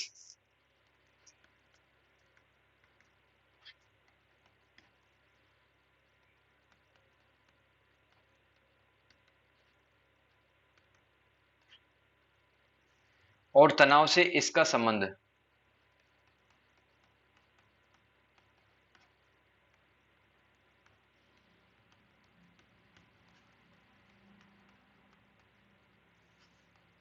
इसमें लिखना, दुनिया भर में स्वीकार किया गया है कि, दुनिया भर में स्वीकार किया गया है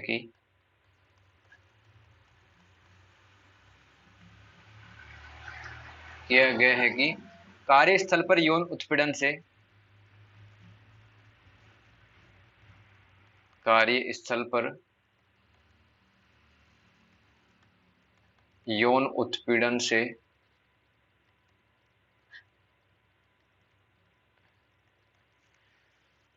तनाव आता है,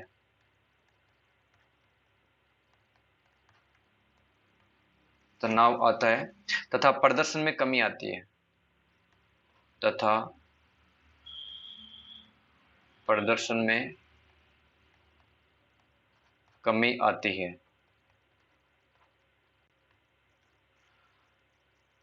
यही कारण है कि 2013 में भारत सरकार ने एक अधिनियम पारित किया था। उसके बाद में, मतलब अगर ऑफिस में किसी भी सरकारी डिपार्टमेंट में अगर महिला के साथ में अगर कोई भी अत्याचार या फिर कोई भी सेक्सुअल हरासमेंट होता है, तो वो उसके खिलाफ कार्रवाई कर सकता है संगठन, ठीक है। आगे लिखो, इसलिए भारत में 2013 में, इसलिए भारत में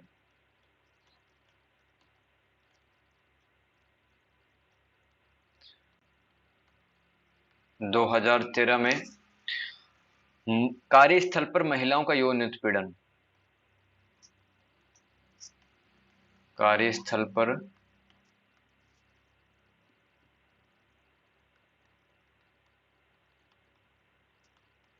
महिलाओं का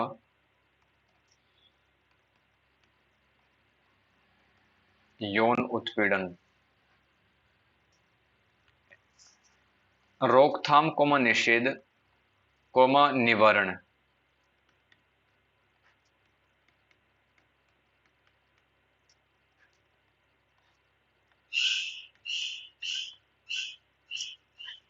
अधिनियम लागू किया गया।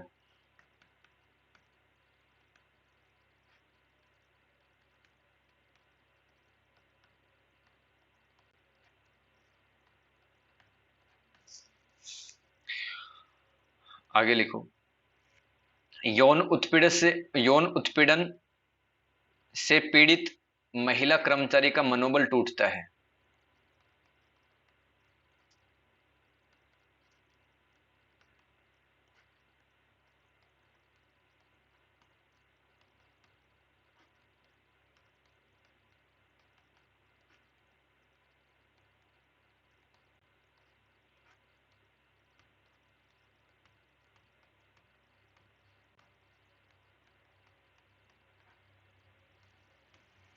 बहुत से संगठन में, वर्तमान में बहुत से संगठनों में, वर्तमान में बहुत से संगठन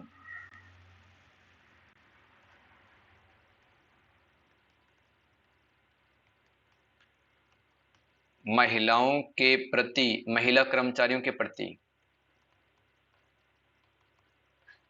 महिला कर्मचारियों के प्रति सहिष्णु हो गए हैं।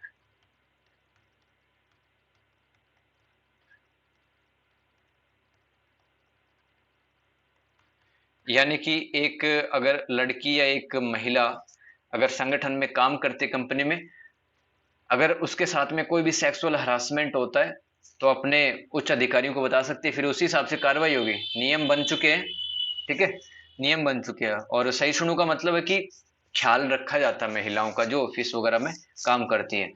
तो ये अपना खत्म हो गया। जो बड़ी वाली हेडिंग थी प्रदर्शन पे तनाव का प्रभाव, इसमें मैंने आपको छोटे छोटे 3 हेडिंग करवा दिए। आप नेक्स्ट हेडिंग लिखो कैपिटल सी लगा करके, रिश्तों पर तनाव का क्या प्रभाव पड़ता है। ठीक है, ये लास्ट हेडिंग होगी, ये चैप्टर खत्म। फिर रिश्तों पर तनाव का प्रभाव, रिश्तों पर तनाव का प्रभाव।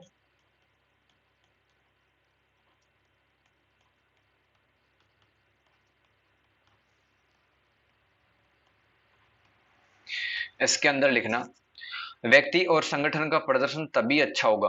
देखो, सबसे पहले ये समझ लो इसके अंदर पढ़ने क्या वाले हैं।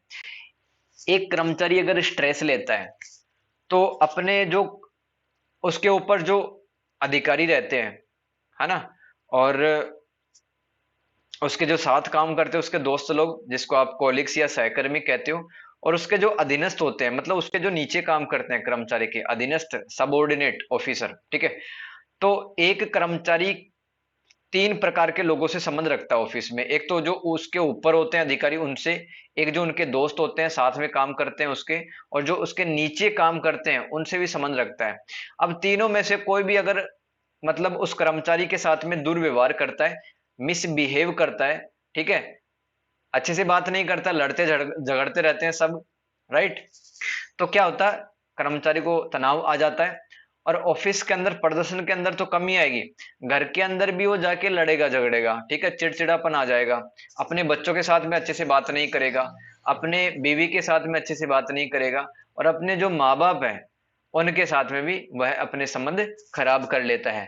तो रिश्तों पर नेगेटिव इफेक्ट पड़ता है स्ट्रेस से, ठीक है, इसलिए स्ट्रेस से बचना चाहिए। इसमें लिखो व्यक्ति और संगठन का प्रदर्शन तभी अच्छा होगा।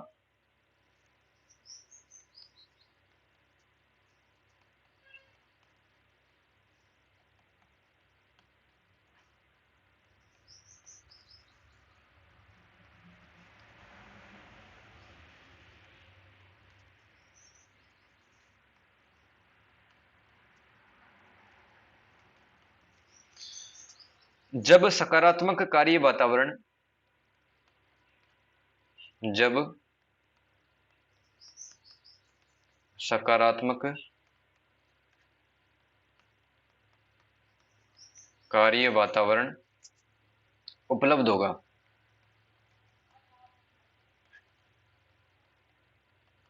उपलब्ध होगा, क्योंकि एक संगठन में कर्मचारी, क्योंकि एक संगठन में, एक संगठन में कर्मचारी अपने जीवन का अधिकांश हिस्सा बिताता है।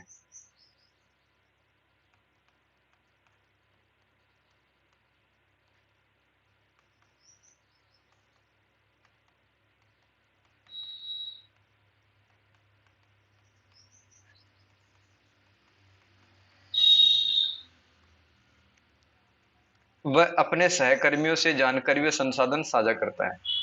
वह अपने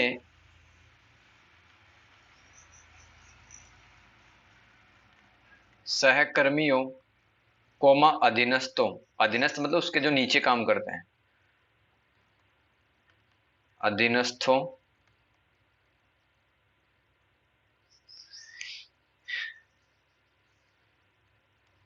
से जानकारी व संसाधन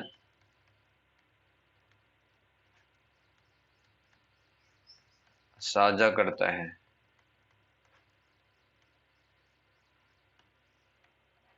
कर्मचारियों का प्रदर्शन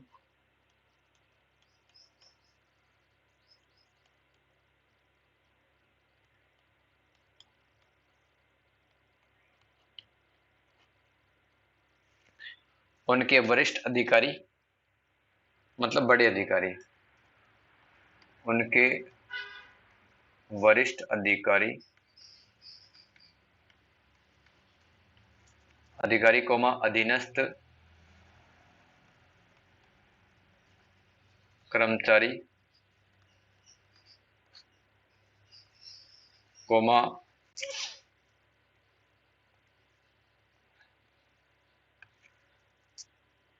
सहकर्मियों के व्यवहार से प्रभावित होता है।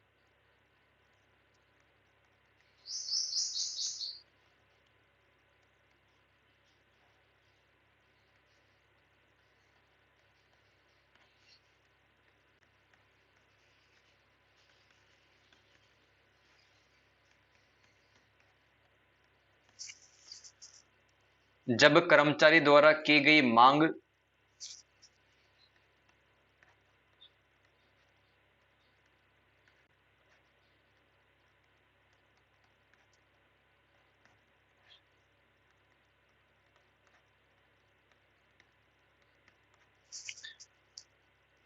उसके संगठन के सदस्यों द्वारा पूरी की जाती है।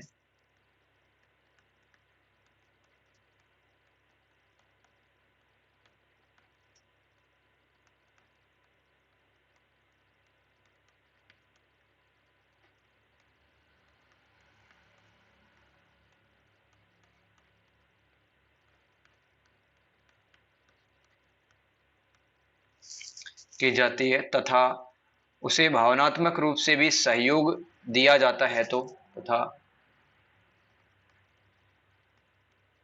उसे भावनात्मक रूप से सहयोग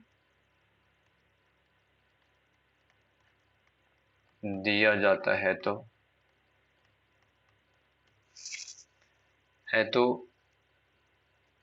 उसका प्रदर्शन बेहतर होता है।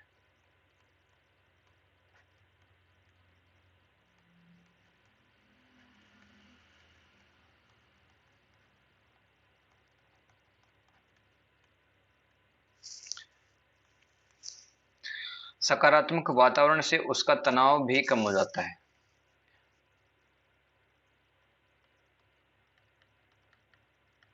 सकारात्मक वातावरण से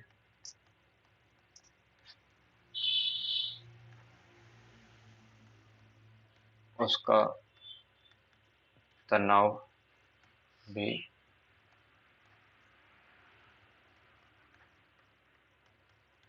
उसके जो बड़े अधिकारी हैं वो अच्छे से बात करते हैं, उसके नीचे जो काम करते हैं वो भी अच्छे से बात करते हैं, उसके जो दोस्त हैं वो भी अच्छे से बात करते हैं, तो फिर वो तनाव किस बात कर लेगा और उसको हेल्प मिलती है तो उसका प्रदर्शन भी अच्छा होगा।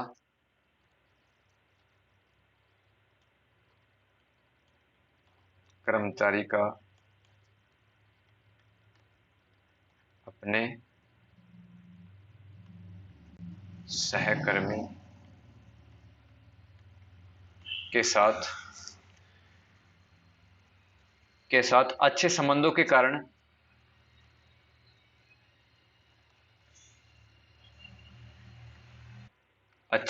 के कारण उसकी उत्पादकता उच्च हो जाती है। उसकी उत्पादकता उच्च हो जाती है।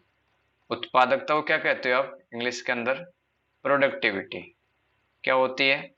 मतलब तनाव नहीं होता किसी प्रकार की, अगर चिंता नहीं होती तो उसका जो बॉस है या फिर कोई मैनेजर है उसको जो भी काम देता है वो कम से कम टाइम में उस काम को कर देता है, तो उसकी उत्पादकता उच्च हो जाएगी अगर वो तनाव नहीं लेगा, उसके रिलेशन है वो अच्छे होंगे कलीग्स के साथ में। आगे लिखो एक लाइन में, जब कर्मचारी किसी मसले को लेकर उलझ जाते हैं तो जब कर्मचारी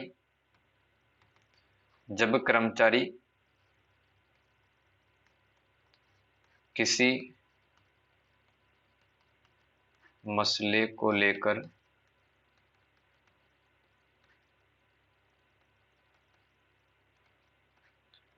उलझ जाते हैं तो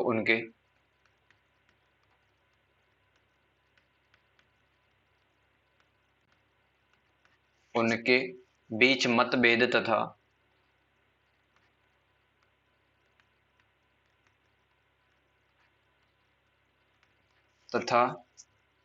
विचारात्मक संघर्ष होते हैं।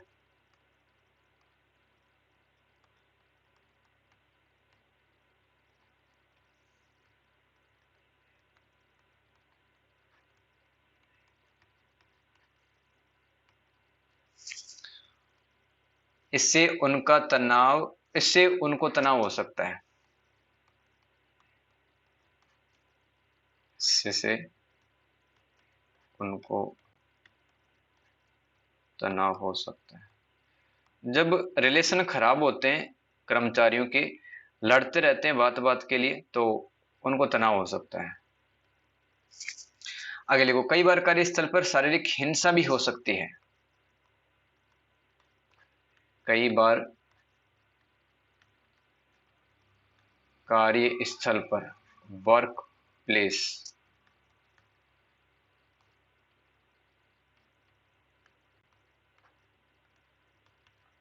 शारीरिक हिंसा भी हो सकती है।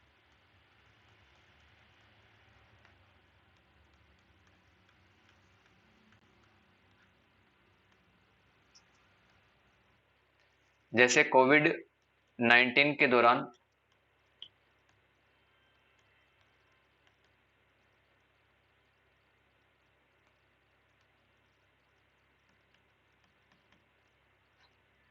भारत के अनेक चिकित्सकों के साथ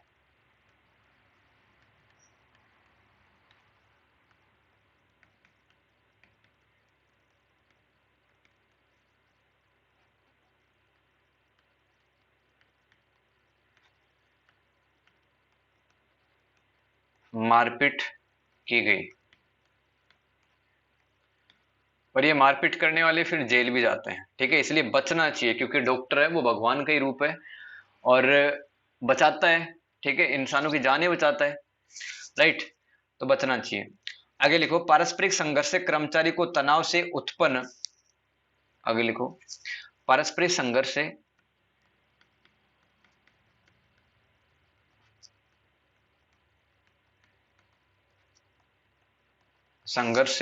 कर्मचारी को तनाव से उत्पन्न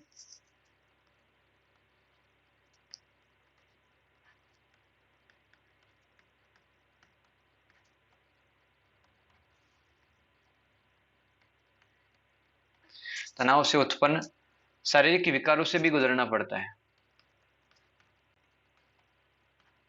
शारीरिक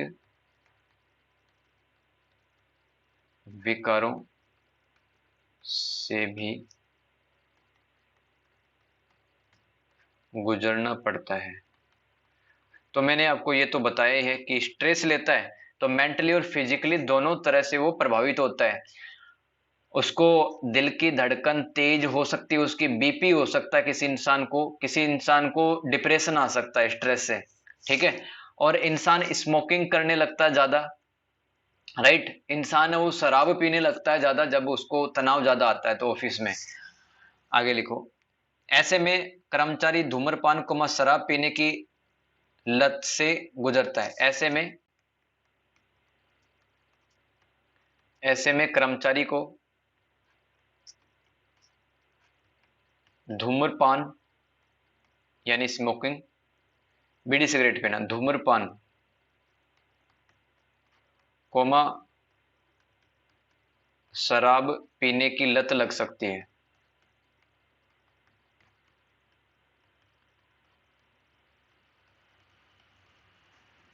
अब नशे की तरफ इंसान क्यों भागता है? क्योंकि जब तक वो नशे में रहता है तब तक वो समस्याएं भूल जाता है अपनी लाइफ की।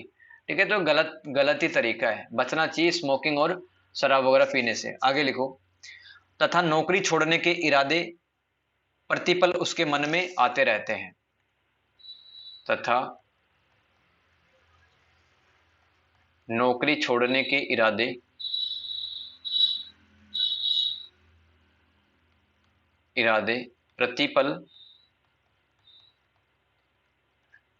प्रतिपल उसके मन में आते रहते हैं।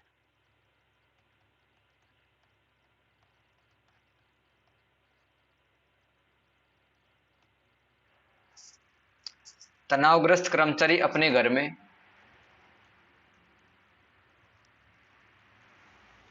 तनावग्रस्त कर्मचारी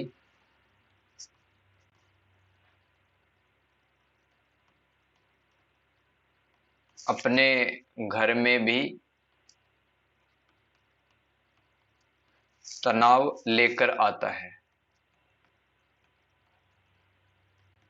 तनाव लेकर आता है। इससे उसका पारिवारिक जीवन, इससे उसकी जो फैमिली लाइफ है उसका पारिवारिक जीवन तथा उसकी जो मैरिटल लाइफ है तथा उसकी वैवाहिक